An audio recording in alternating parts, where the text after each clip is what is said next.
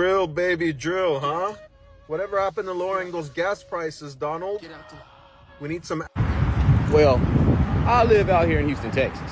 And if you look, gas is at $2.59 out here in Houston. So, if I was you guys that's out there saying drill, baby, drill, and questioning, understand that California, the only state paying that amount of money for gasoline. Even in New York City, they're paying $2 and probably 50 or 60 cents per gallon. So my advice, either move to California or stop complaining about Trump and talk about your governor and deal with him. It's your boy. That boy Gavin is something different out in California. I don't know how people are really surviving. Again, especially the average person. I don't see how they're making it in California. It's just so expensive, from housing now to gas, where they literally have a new gas tax that's going to be going into effect, an additional 65 cents per gallon come July 1st.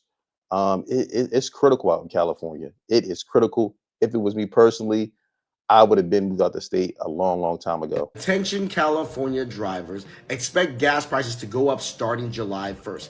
California Assembly just rejected a bill that would prevent a rule from passing that would push gas prices up 65 cents a gallon. So Senate Bill 2 was to repeal the low carbon fuel standard, which was designed to decrease the carbon intensity of California transportation. That means cleaner fuel, cleaner California, but at the expense of fuel producers increasing the price of gasoline by 65 cents a gallon. So with Senate Bill 2 being blocked, looks like the new regulation for low carbon fuel standard is going to happen, so expect gas prices to go up July 1st. Hopefully this helps you prepare for higher gas prices that's around the corner, but to stay up to Again, if it was me, I would have been long gone out of California. But one thing people don't talk about when it comes to gas prices is it's not so much the regular gas, it's the cost of the premium and the spread between regular and premium fuel. That's where I think the big finesse is coming. Sometimes it's up to 80 cents to $1 more just for premium fuel. And I always try to understand, what is it really costing the refinery that much more for premium gas to make it, to produce it?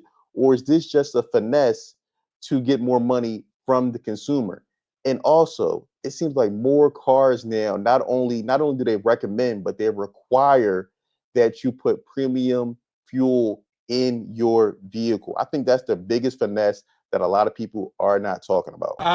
Why is it the spread between regular and premium gas has increased so much over the last 20 years? That's a great question.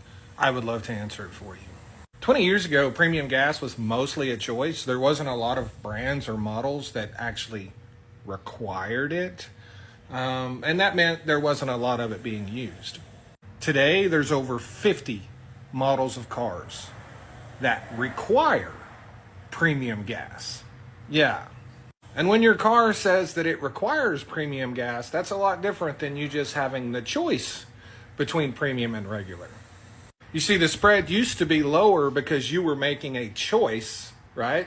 It felt more like a choice than a requirement. So the premium would be cheaper to get you to buy the premium. A lot of people will buy exactly what their car manufacturer tells them to buy. And what that means is the price of premium has gone up in relation to the price of regular. Because now that it's a requirement, one, there's more demand for it and less evident supply. And two, they just know they can charge more for it, period. The difference between a gallon of gas and regular and premium to the refiner or to the retailer is literally pennies. Like, it is such a small amount. The markup for premium gas is the biggest markup of all in the gasoline world. You could be paying an extra 50 cents for something that cost them one extra penny to make. Yeah, thanks. Just as I suspected, another finesse to take monies away from working class Americans. Again, so essentially what you have here is, because they know that more vehicles now require premium gas, and they know that you pretty much essentially have to put this premium fuel in your car, or else it can harm your engine. they're going to jack the price up. That's pretty much the long story short. Again, like I said, I'm at the point now where I really don't even look at gas prices because it's nothing that you really can do. Half the time, the pumps that I go to, they don't even show the price for premium. They'll just have the price for regular. They'll have the price for diesel, and it's not till you get to the actual pump and you hit 91 or 94 where they'll display the number, and then that's when the shell shock begins. I think it's a big finesse that a lot of people are not talking about, the spread between regular and premium gas. Hey, I appreciate you asking this, bro, but let me tell you this. There is never a dumb question when it comes to tankers, bro. My trainer, he told me he don't matter how little the question is, or however dumb I may think I may feel for asking it, you always ask, because as a tanker driver, bro, you have to be 100% sure about what you doing. But pretty much, bro, inside the tankers, there are baffles for my compartments. You know what I'm saying? Let me see if I can show you. Like my compartments, they're separated inside the tanker. I don't know if you can see them numbers at the top. Like that's my compartment 2. That's 2,000. My compartment 1 is 25. My compartment 3 is 1,000, and my rear compartment is 3,500. They're separated by baffles inside the tanker. So that's why I'm able to load different products. Like I could, in theory, load 4 different products on this trailer since it's a 4 compartment if I wanted.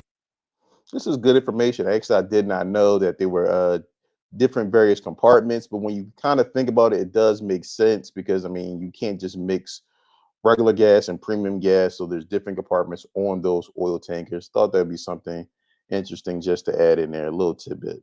Okay, so y'all know my least favorite thing to do is to pump gas, right? But explain to me why. Good morning. This gas is $4.39 a gallon. What the frick? Y'all, as much as I don't want an electric car, I think I might have to go that route. Because this is ridiculous. It's going to cost $70 to fill up my car. I'm annoyed. Hope you guys are having an amazing day. Toodles. Even though gas is at an all-time high, well, I wouldn't say gas is at an all-time high. Even though gas prices have risen, still not enough for me to go electric yet. I still think the technology is not there. The range is not there. I talked about this in another video, EV regret. If you do not own a home or have access to some type of private charger, I don't think it's a good idea to go EV. Again, unless you're retired or you just, maybe you work from home and you have a lot of time on your hands. But if you have an active lifestyle and you're living in some type of high-rise condo, townhome, or some type of apartment complex where you're going to be utilizing shared chargers, I do not think it's the best idea because you're going to waste a lot of time sitting at these charging stations. The chargers are broken; they're not always working. Different chargers have different wattage, so then that can either that increases the time that your vehicle is going to take to charge. So ultimately, I do not think that is a solution. But let me know in the comments below, how much are you paying for a gallon of regular and premium in your city? Let me know in the comments below. Also, let me know, how much does it take to fill up your car? Me personally, I think regular is around about $3. Premium, I don't even know, but it's probably somewhere in the neighborhood of 360, 370, and it's costing me about $60 to fill up. But let me know in the comments below. I look forward to hearing from you. Don't forget to like, subscribe, and share.